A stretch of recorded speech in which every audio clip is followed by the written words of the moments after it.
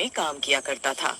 उसी कंपनी में मालती नाम की एक लड़की भी काम किया करती थी। मालती और ललित एक दूसरे से बहुत प्यार किया करते थे। मालती बचपन से ही शहर में पली बड़ी थी, जबकि ललित गांव में पला बड़ा था। एक दिन की बात है, ललित मालती को शादी के लिए प्रपोज करता है। क्योंकि मालती भी ललित को चाहती थी, इसीलिए वे ललित से शादी के लिए फट से हाँ कह देती है और ललित से बोलती है, ललित, मैं तुमसे शादी करने के लिए तैयार हूँ, मगर तुम तो जानते ही हो ना कि मैं बचपन से ही शहर में पली बड़ी हूँ और मेरे मॉम डैड कभी नहीं चाहेंगे कि उनकी मॉडर्न बेटी गांव में जाकर रहे। और मैं जानती हूँ कि तुम्हारी माँ गांव में अकेले रहती हैं, तो तुम समझ रहे हो ना जो मैं कहना चाहती हूँ। फिर कुछ ही दिनों बाद ललित मालती से शादी करके उसे गांव ले जाता है। ललित की माँ गुस्से से ललित से बोलती है, अरे कमबख्त मारे, तूने शादी कर ली और मुझे बताया तक नहीं। और तूने तो मुझे फोन पर बताया था कि तू सुबह आने वाला है, पर अब तो शाम होने को आई। फिर माँ की नजर मालती पर पड़ती है तो माँ का सारा गुस्सा ठंडा हो जाता है और वे ललित से बोलती है, अरे बेटा, बहू तो बड़ी चोखी लाया है तू। सच में सूरज से तो बिल्कुल फिल्म की हीरोइन के जैसे है। माँ खुशी खुशी घर के अंदर जाती है और अंदर से आरती की थाली लाती है। बहू, तुम पहली बार हमारे घर आई हो, इसीलिए पहले मैं अपने बहू बेटे की आरती कर दूं, उसके बाद तुम घर में प्रवेश करना।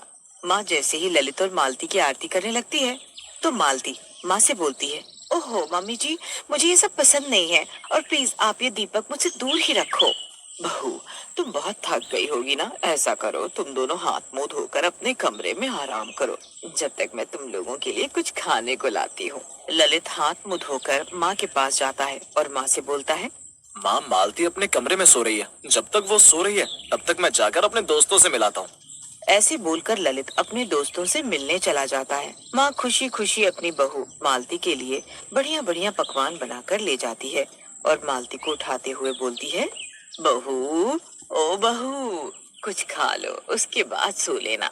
मालती अजीब सी आवाज में माँ से बोलती है, क्या है बुढ़िया, क्यों उठा रही हो मुझे? तुझे दिखाई नहीं देता कि मैं कितनी थकी हुई हूँ? और तू है कि मुझे आराम ही नहीं करने दे रही है। अरे, ये कैसी बातें कर रही हो बहू? अरे मैं तो तुम्हारे लिए खाना लाई हूँ। खाना लाई है ना, तो खाना टेबल पर रख और चलती बन यहाँ से, नहीं तो तेरी खैर नहीं। फिर अगली सुबह माँ अपने बहू बेटी के लिए नाश्ता लगाती है और बोलती है, आज मैंने अपने बहू के लिए स्पेशल आलू के पराठे बनाए हैं। लो बहू, इसे घर के बने ताजे मक्खन के साथ खा कर देखो।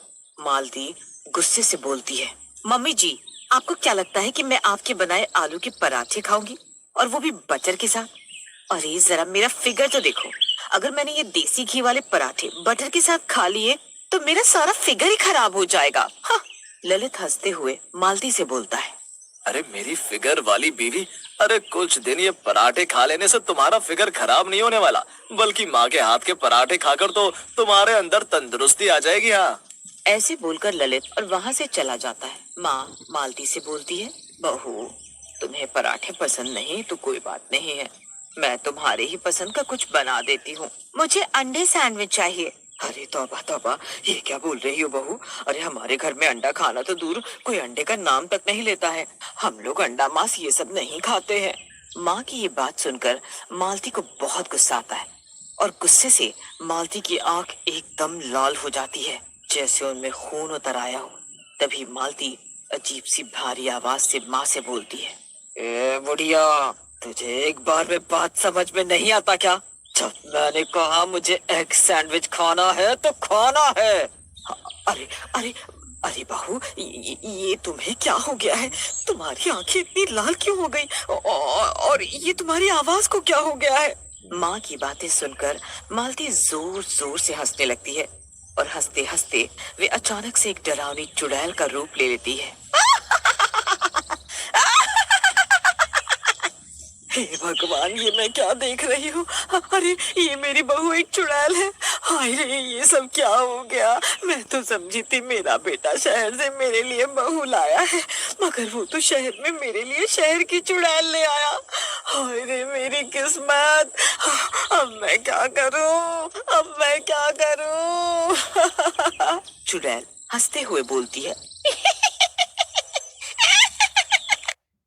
ओ मैं हूँ शहर की चुड़ैल, इसीलिए तो मुझे अपने स्लिम ट्रिम फिगर की चिंता रहती है। और तू है कि मुझे ऑयल में बने पकवान और देसी घी में बने पराठे खिलाकर मोटा करना चाहती है। देख बुढ़िया, मुझे जो पसंद है अब तो तुझे वही बनाकर मुझे खिलाना होगा, फिर चाहे मुर्गी के अंडे हो या फिर मुर्गी। अगर तूने ऐसा नहीं किया तो तेरी खैर नहीं, समझी?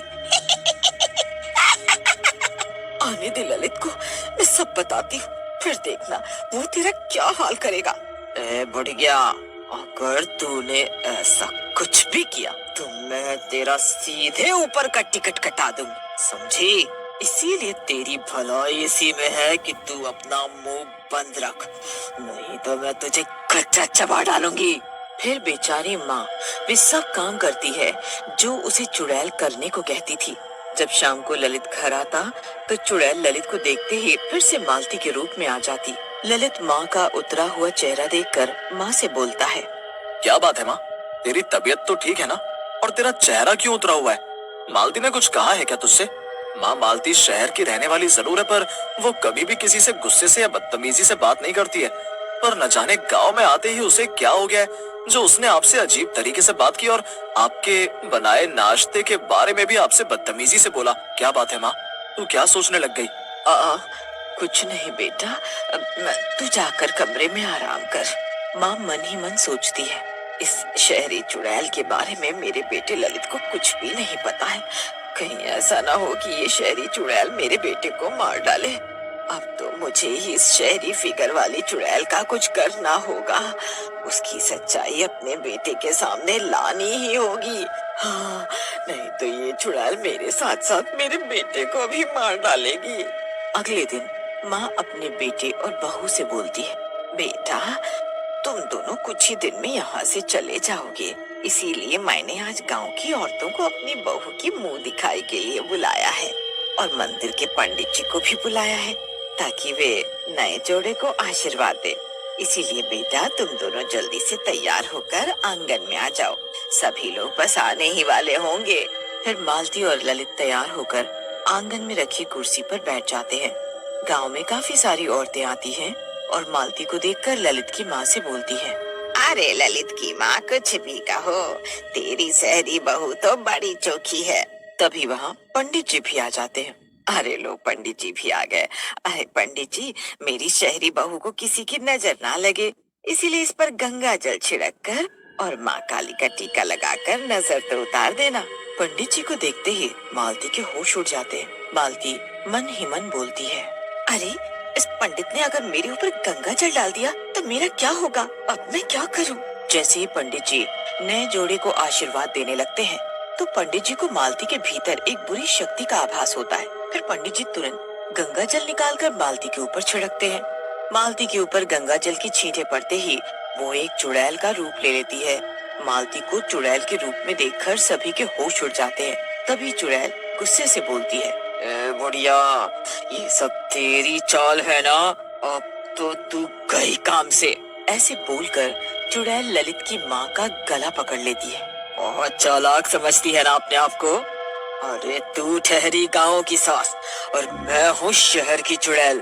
तुझे क्या लगा कि मैं तेरी ये चाल समझ नहीं पाऊंगी? और तुझे मेरे हाथों से कोई नहीं बचा पाएगा। अब तो तू गई काम से। हे भगवान, ये मालती चुड़ैल कैसे बन गई? पंडित जी आप खड़े खड़े क्या देख रहे हैं? इस चुड़ैल से मेरी माँ को बचाओ। फिर पंडित जी मंत्र पढ़ते हुए गंगा जल चुड़ैल के ऊपर डाल देते हैं। चुड़ैल के शरीर पर गंगा जल पड़ते ही वो बुरी तरह से चिल्लाने लगती है और माँ को छोड़ देती है। हाय हाय, मेरा कोमल बदन बुरी तरह से जल रहा है। अरे बूढ़े पंडित, ये तूने क्या किया? हाय हाय, मेरा बदन, हाय मेरा बदन। ए चुड़ैल, मैं तुझे जान गया हूँ कि तूने मालती के शरीर पर कब्जा कर रखा है। तेरी भलाई इसी में है कि तू इस बेचारी मालती के शरीर को छोड़ दे और यहाँ से चली जा। पंडित जी की बात सुनकर चुड़ैल जल्दी से मालती का शरीर छोड़ देती है और वहाँ से गायब हो जाती है। मम्मी जी, आपने मुझे इस चुड़ैल से बचा लिया, नहीं तो ना जाने मेरा क्या होता।